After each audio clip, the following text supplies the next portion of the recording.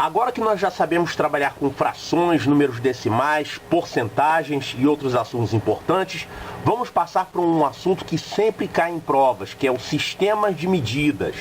Nós vamos aprender a resolver problemas que envolvem peso, ou seja, massa de objetos, volumes, capacidades, distâncias, medidas monetárias, cálculos com dinheiro e tudo mais. Como esse assunto é muito extenso, nós dividimos em 2 capítulos. Esse capítulo aqui, ele trata só das medidas de massa, tempo, moeda, que é o dinheiro, e capacidade. Por exemplo, a capacidade de um balde. Quantos litros cabem em um balde? Aqui, por exemplo, um atleta dá uma volta em uma pista de 400 metros em 50 segundos. Então aqui nós temos uma medida de distância, uma medida de tempo e está embutida aqui uma medida de velocidade também. Uma caixa vazia pesa 2,5 kg, um avião partiu às 21 horas e 45 minutos. Então nós vamos tratar desse tipo de medida aqui. As medidas de massa, que é o nome correto para o que se chama aí de peso, as medidas de tempo, moeda e capacidade. Vamos deixar o capítulo 12 para tratar das chamadas medidas geométricas, que são as medidas de comprimento, que é distância, né? Velocidade, áreas e volumes. Bom, para estudar qualquer tipo de medida, primeiro a gente tem que conhecer qual é a unidade padrão para aquela medida. Além da unidade padrão, tem as unidades maiores, que são chamadas de múltiplos daquela unidade. E também os submúltiplos, que são as unidades menores. Por exemplo, a unidade padrão de massa é o quilograma. Agora, para medir coisas muito pesadas, a gente pode usar uma unidade acima dessa, que seria a tonelada. Uma tonelada equivale a 1000 quilogramas. E para medir massas bem pequenas, bem menores, tem os chamados submúltiplos dessa unidade. No caso, o grama é o principal submúltiplo da unidade de massa. Vamos ver aqui alguns exemplos de submúltiplos, são as unidades menores. Então a gente tem o grama, que vale 1/1000 do quilograma. O quilograma que nós chamamos popularmente de quilo, né? A gente abrevia dessa forma, kg. E é importante, K minúsculo e G minúsculo. Se você chegar na quitanda, na padaria, você vai ver quilo abreviado dessa forma. K maiúsculo, isso aqui está errado, não é assim que se abrevia quilo. Ou então KG, não é assim que se abrevia quilo. Ou então tem gente que escreve assim, ó, se você for na feira você vai ver escrito quilo desse jeito. Não é assim que se escreve, tá? Então a maneira certa de escrever é quilograma, que popularmente a gente abrevia isso aqui para quilo. Me dá 2 quilos de laranja. Bom, laranja não se compra por quilo, né? Mas me dá 2 quilos de arroz.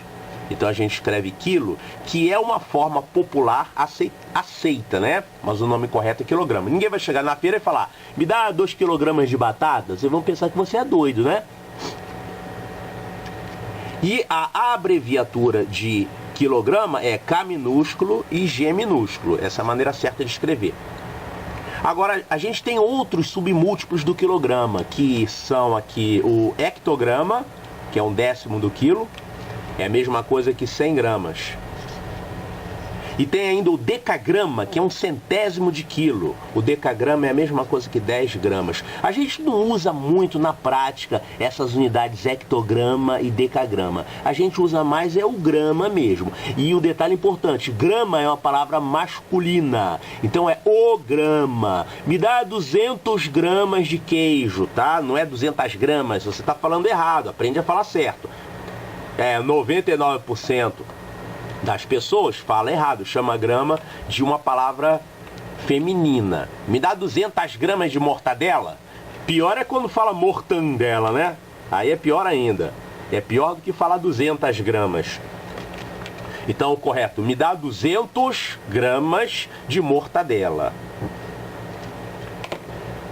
Então abaixo do quilograma nós temos o grama, que é 1000 vezes menor. Então essa aqui é a relação entre o grama e o quilo.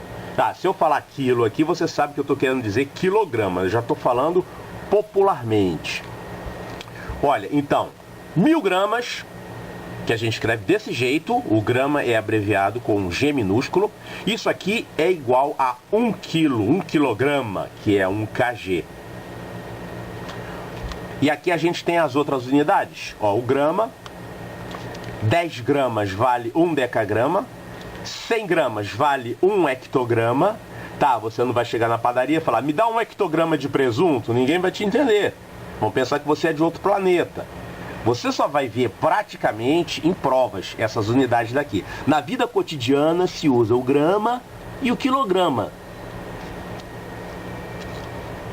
Olha, se você for até a feira, você vai encontrar eventualmente umas balanças antigas que eram balanças de peso. Então você tinha lá vários pesos, um peso de 1 quilograma, um peso de 500 gramas, um peso de 100 gramas, e eles colocam aqueles pesos lá na balança e colocam lá as batatas do outro lado e medem lá 2 quilos de batata, né? Então 1 quilograma é um peso de metal, pode ser de bronze, de ferro, normalmente é usado de bronze, e mais ou menos assim desse tamanho, vale 1 quilo.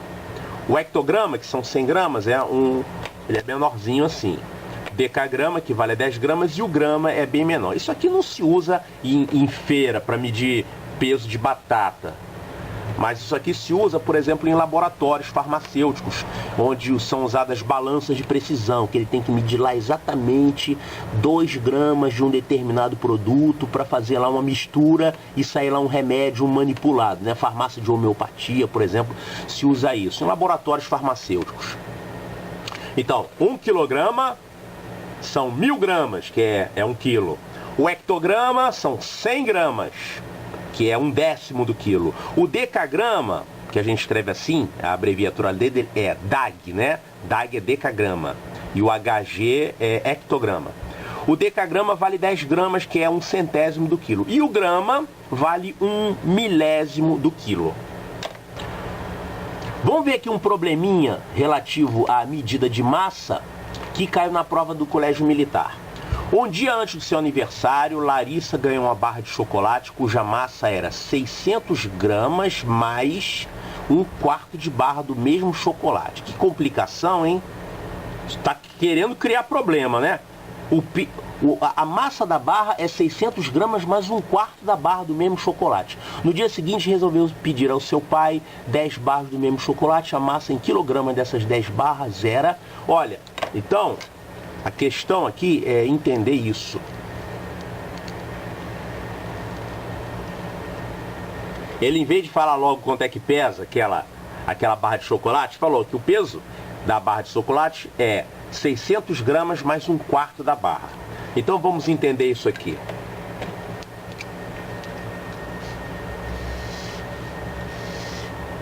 A barra de chocolate vale 600 gramas mais 1/4 dessa mesma barra. É isso que ele está falando. A barra vale 600 gramas mais 1/4 dessa mesma barra. Olha só, se isso aqui é uma barra inteira, isso aqui é 1/4 da barra, então, quanto é que pesa essa parte aqui? Isso aqui são 3/4, né? Isso aqui você tem 1/4, isso aqui são 3/4 da barra. Então, com isso, eu já posso descobrir quanto é que pesa essa barra de chocolate. Lembra daquela velha formulinha lá do capítulo de frações?